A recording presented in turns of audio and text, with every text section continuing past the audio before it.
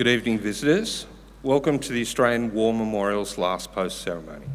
My name is Robert Adams, and joining us today from the Royal Australian Air Force is Flight Lieutenant Christopher Morris. This evening we are honoured to acknowledge the Right Honourable Sir Lindsay Hoyle, Speaker of the House of Commons, United Kingdom, accompanied by Her Excellency Vicky Trudell, British High Commissioner to Australia.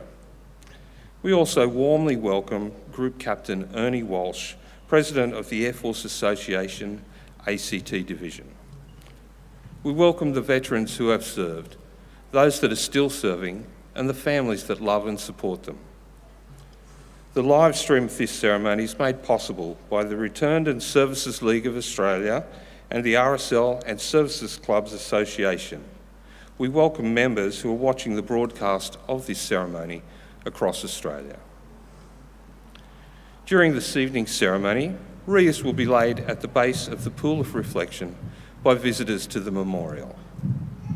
If you are able, please stand and join in singing the national anthem.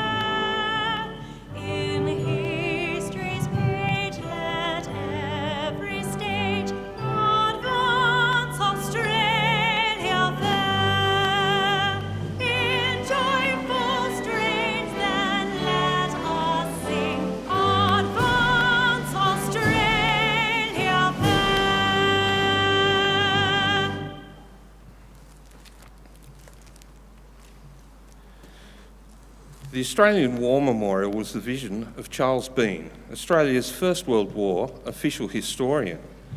Bean landed with the Australian troops on Gallipoli and stayed with them at the front through to the end of the war. The idea of this national memorial and museum came to him at Pozières, France, in the depths of the bloody fighting of 1916.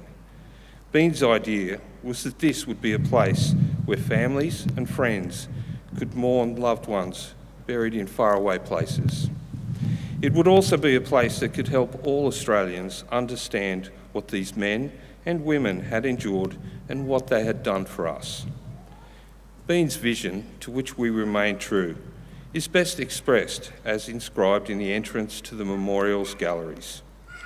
Here is their spirit in the heart of the land they loved, and here we guard the record which they themselves made. Tonight we'll read the story behind just one of those on the Roll of Honour, which lists the names of more than 103,000 men and women who have given their lives for us in war and on operations for more than a century.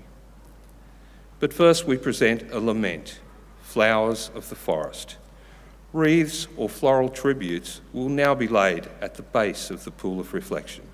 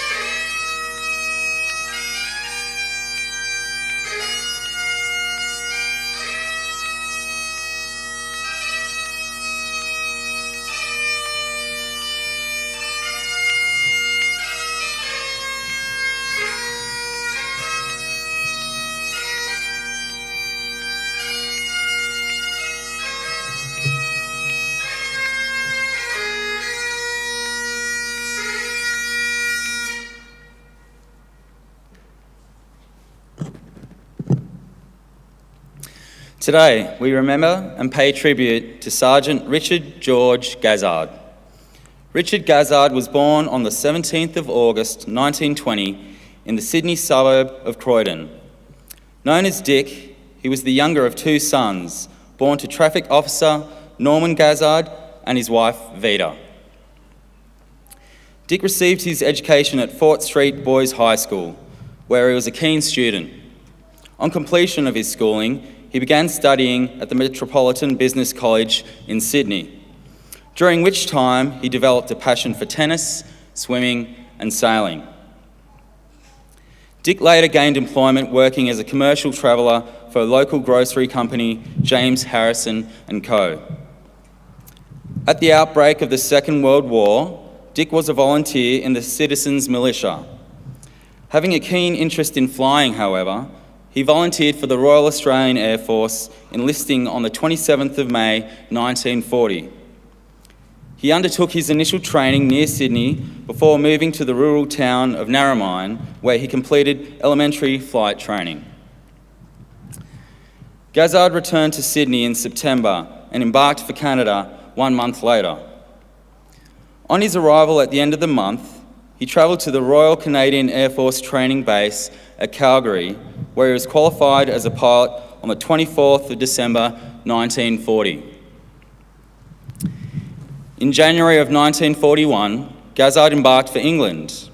As part of Empire Air Training Scheme, he was one of almost 27,500 RAF pilots, navigators, wireless operators, air gunners and flight engineers who throughout the course of the war joined Royal Air Force squadrons or Australian squadrons based in Britain. After completing further training in England, Gazzard travelled north to the town of Curtin-in-Lindsey, where he joined the newly established number 452 Squadron on the 22nd of April 1941. Equipped with Supermarine Spitfire aircraft, number 452 Squadron was part of 11 Group Fighter Command, taking part in operations over the English Channel, France and Belgium, where it escorted bombing raids and conducted sweeps to engage and shoot down enemy aircraft. After being promoted to sergeant in early July 1941, Gazzard took part in his first major operation over Europe on the 3rd of August, shooting down a German Messerschmitt. Following this flight, he took part in further operations over northern France, including an attack at Saint-Omer. On the 19th of August 1941, Gazzard and his comrades were engaged in operational flight over the French village of Gosny, attempting to draw the enemy into combat. They were heavily engaged by more than 100 German fighters, which damaged several of the squadron's aircraft and forced them to ultimately withdraw. As they did so, Gazzard's Spitfire was attacked by enemy fire and lost a wing, causing his aircraft to spin uncontrollably towards the earth. When the rest of the squadron arrived back at base, Gazzard was not among them. The squadron's flight commander, Brendan Finucci, wrote to Gazzard's parents and said, "On your son's last sweep over France, he was leading a section behind me. We were defending the rest of the squadron from the attacks of several German Messerschmitts. There were only 4 of us, and each time I saw Dick, he was engaged in combat and doing a great job of it. In the end, we were outnumbered too heavily and so had to break away. Dick was last seen by me, diving down protecting the rear of the squadron. I'm sure he was made a prisoner of war because he had the skill and the courage to fight to the last breath and so to land safely in France. Quite a number of the boys owed their lives to young Gazzard, and I must say he was the finest pilot in our squadron." Several weeks later, on the 9th of September 1941, his body washed ashore off the coast of Belgium. Information received through the Red Cross detailed that the young pilot had been killed in action as the result of air operations carried out on the 19th of August 1941. He had died just 2 days after his 21st birthday. Sergeant Gazzard was buried at Oostenkirk Communal Cemetery in Belgium, where his remains lie today beneath the inscription chosen by his parents. Your wish fulfilled, Dick, sadly missed but proudly remembered. His name is listed on the Roll of Honour to my left, among almost 40,000 Australians who died while serving in the Second World War. His photograph is displayed today by the Pool of Reflection. This is but one of many stories of service, of sacrifice, told here at the Australian War Memorial.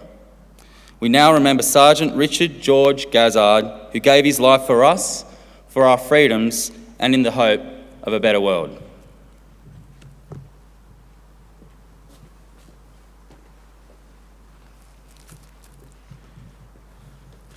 If you are able, please stand for the reading of the ode and the sounding of the last post.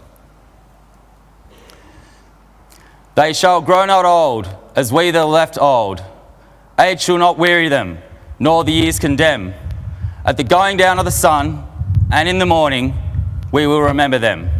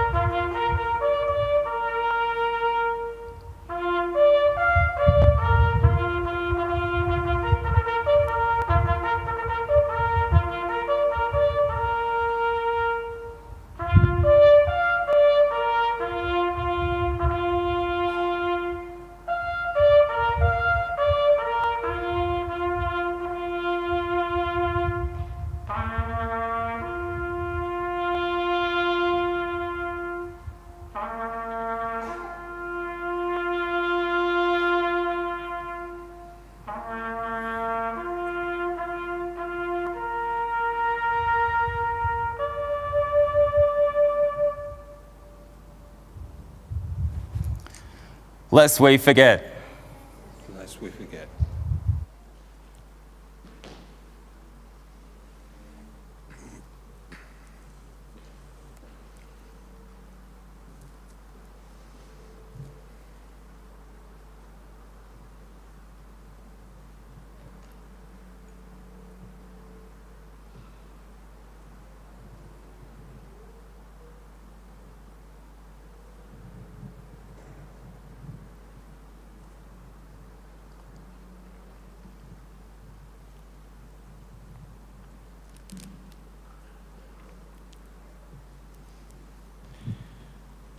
We leave you this evening with the words of the memorial's founder, Charles Bean.